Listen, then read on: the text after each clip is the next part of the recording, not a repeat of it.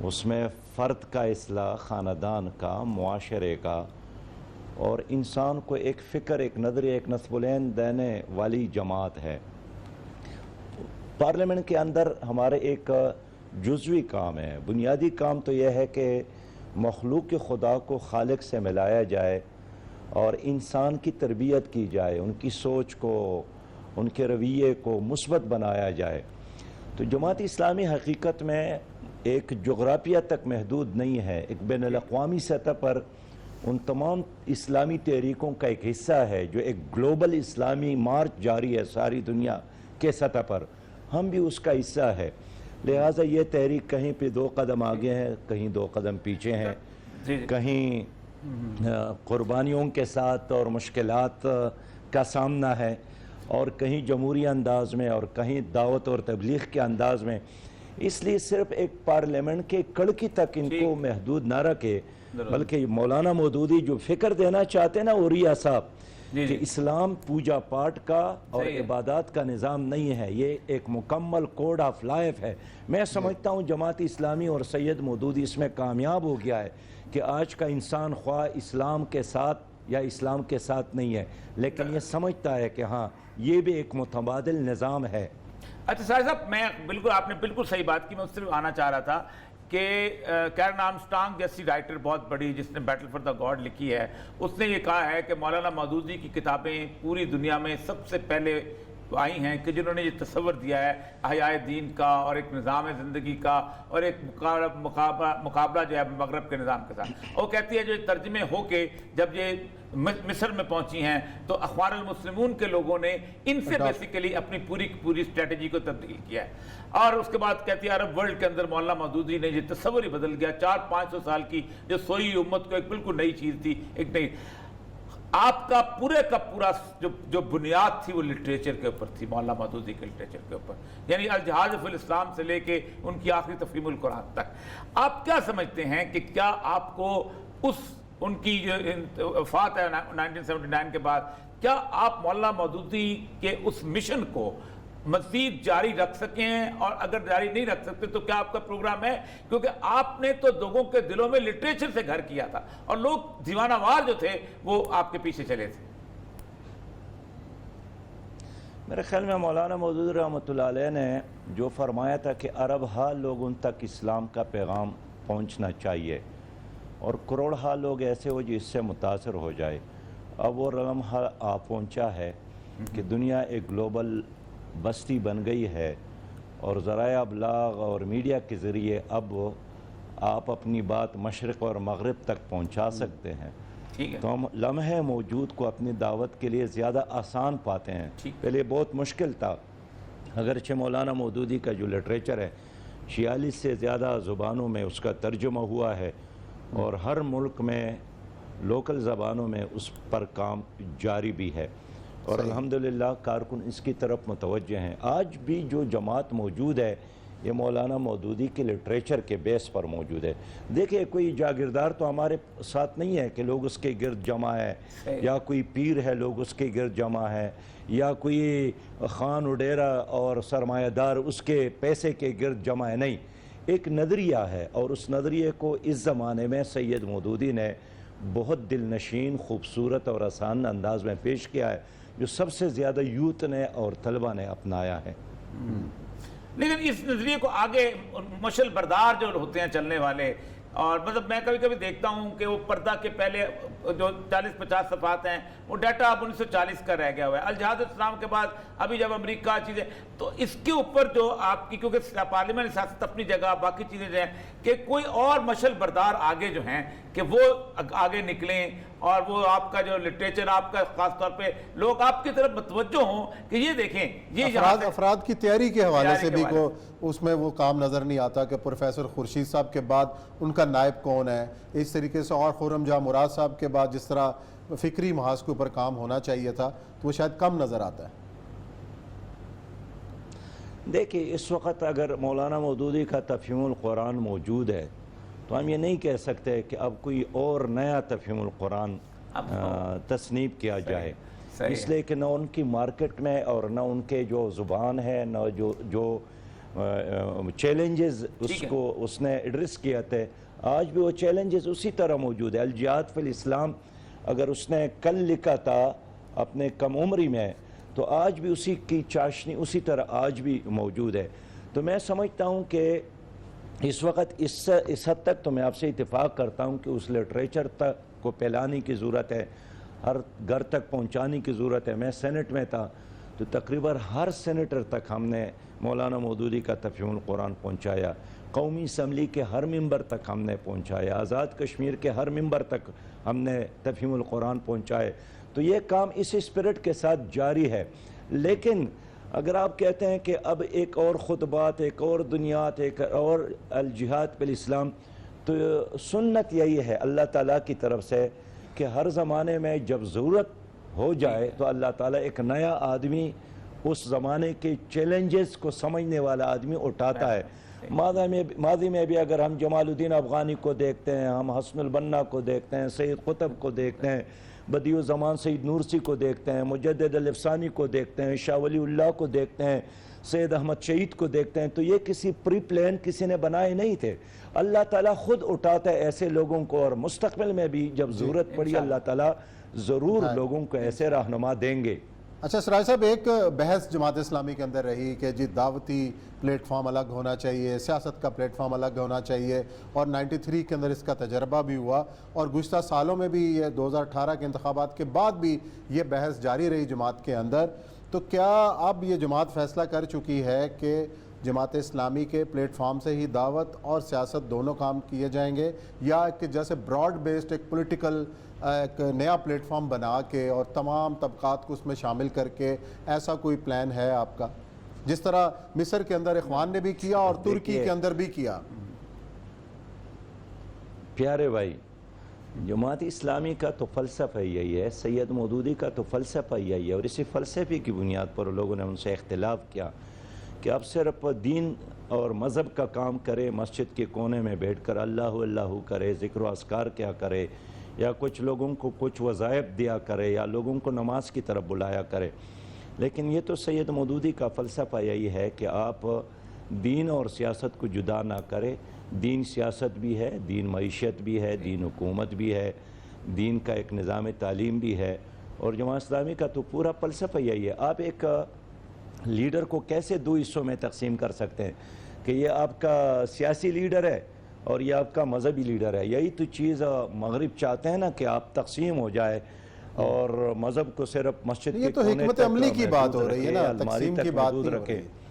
میں حکمت عملی کی بات میں بات کروں، باقی ہمارے ہر جگہ ایک آدمی ہے ہمارے ضلع کا امیر ہے، لیکن ایک آدمی ہے اسی علاقے سے، پھر وہ ہمارے قومی اسمبلی کا، صوبائی اسمبلی کا، اچھا چلیں سراج صاحب بات کو افغانستان کی کر لیتے ہیں۔ تازہ جاتے جاتے ایک سوال پوچھ بھی لیا جائے، اور میرا خیال بہت ضروری ہے کہ افغانستان میں ایک حکومت ایسی ہے کہ جو اب اس وقت پوری دنیا کے لوگوں کے ساتھ دیکھ رہی ہے، جو ہماری باتیں ان سے ہوتی ہیں، آپ کی مجھ سے زیادہ ہو رہی ہوں گی، انہیں جس طرح کا افغانستان ملا ہے وہ 20 سال سے مختلف تھا، اسے ایک ایکسپرٹ کی ضرورت ہے جو آپ کے پاس بہت ہیں، مطلب انہیں خاص طور پہ میں میری باتیں ان کو خدمت کے جیسے کفالت یتیم والے کوئی بے شمار یتیم وہاں ہو چکے ہیں، اور اس کے ساتھ کانسٹیٹیوشن انہوں نے بنانا چاہے، کانسٹیٹیوشن بنانے کی فارمیشن کے بارے میں، معاشی نظام کے بارے میں۔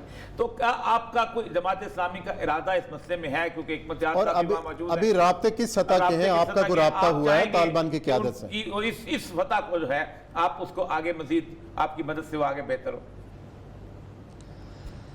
دیکھیے، جہاں تک ہماری طرف سے تعاون کی بات ہے تو ہم نے پہلے ان سے یہی بات کی ہے کہ جو ہمارے ساتھ معاشی ماہرین کی ٹیم ہے، ہمارے ساتھ تعلیمی ماہرین کے لوگ ہیں، ہمارے ساتھ زرعی ماہرین کی ٹیم ہے، اور یقیناً الحمدللہ جماعت اسلامی کے ساتھ ہر شعبے میں ماہرین کے بڑی ٹیم موجود ہے، گروپ موجود ہے، اور ورکنگ بھی اسپیک کر رہے ہیں۔ لیکن اس کا یہ مطلب نہیں ہے کہ ہم کوئی اپنی بات اس پر مسلط کریں، ان کو جتنا ضرورت ہے۔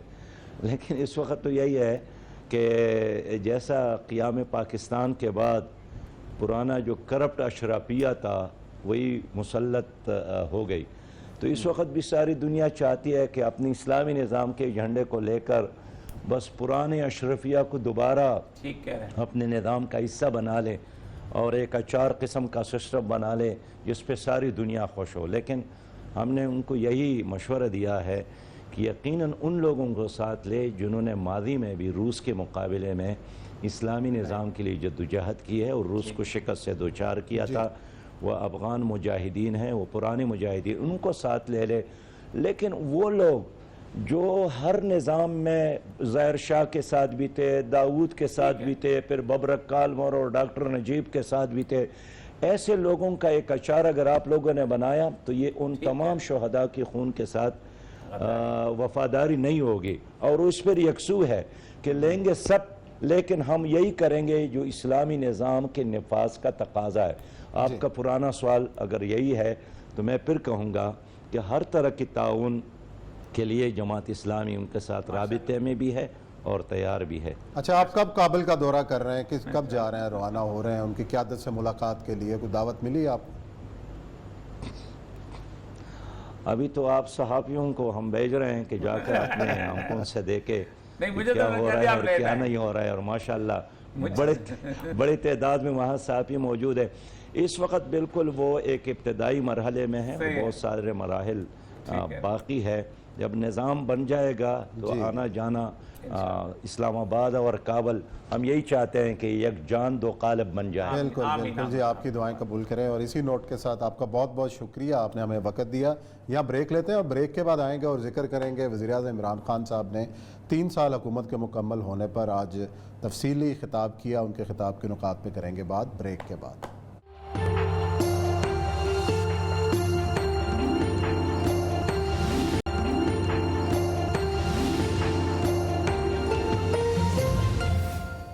جی ناظرین, بریک کے بعد آپ کو خوش آمدید کہتے ہیں. وزیر اعظم پاکستان جناب عمران خان صاحب نے آج 3 سال مکمل ہونے پر اپنی جماعت کی اور اپنی حکومت کی کامیابیوں کا تذکرہ کیا. جو کامیابیاں انہوں نے گنوائیں آپ نے سن لی ہوں گی, لیکن آج ہم ذکر کریں گے کہ وزیر اعظم عمران خان صاحب کو کیا کرنا چاہیے تھا, جو ان کی ایک پوری تھاٹ تھی اور جس طرح پوری 22 سال کمپیننگ کی. اس حوالے سے اگر آپ دیکھیں جو کام کیے زبردست, جو نہیں کیے وہ بتا دیں. جس دلدل میں عمران خان صاحب پھنسے ہوئے ہیں نا, اور جس وجہ سے ان کے کام نہیں ہو رہے, وہ دلدل پہلے دن ٹھیک ہوتی تھی, وہ تھی بیوروکریسی. عمران خان صاحب نے اتنی بڑی فوٹیجز بنا, آج بھی کہتے ہیں انگریزی انگریزی. 1 گھنٹے میں فیصلہ ہوتا تھا کہ کل سے تمام لوگ جو ہیں اردو کے اندر لکھیں گے, اردو کے اندر سمری پیش کریں گے, ذریعہ تعلیم اردو ہوگا. ذریعہ تعلیم بات کر, سول سروس کا ایگزام جو ہے وہ اردو کے اندر ہوگا. انگریز نے سب سے پہلے یہی کام کیا تھا. سارے بڑے بڑے لوگ اپنے بچوں کے لیے ٹیوشن ڈھونڈ رہے ہیں. رکاوٹ کیا ہے؟ کوئی خود نہیں کرنا چاہتے. میں تو خود تو چاہتے ہیں, اس کا مطلب ہے کوئی رکاوٹ بن رہا ہے. 1 گھنٹے کے اندر یہ ہوتا ہے, 1 گھنٹے کے اندر. صرف آپ پبلک سروس کمیشن کو کہیں کہ تمام تر پرچے آپ وہ جو ہے نا کمپلسری سبجیکٹ وہ اردو میں کر دیں, باقی میں آپشن انگلش دیتے رہے, سائنس سبجیکٹ میں دیتے رہے, یہ کر دیں, ایک دم ٹھیک ہو جاتا ہے. دوسرا ان کو یہ تھا کہ ریفارم, اگر انہوں نے گزشتہ 22 سال میں محنت کی ہوتی تو ان کے پاس ریفارم پیکج موجود ہوتا. سول سروس کچھ نہیں, آ کے بلایا 4-5 لوگوں کو, وہ 28 لوگوں نے, وہ بھی 7-7 8-8 28 لوگ میں ان کو جانتا تھا, وہ کچھ نہیں کر سکیں گے, وہ سارے کے سارے اسٹیٹس کو کے لوگ.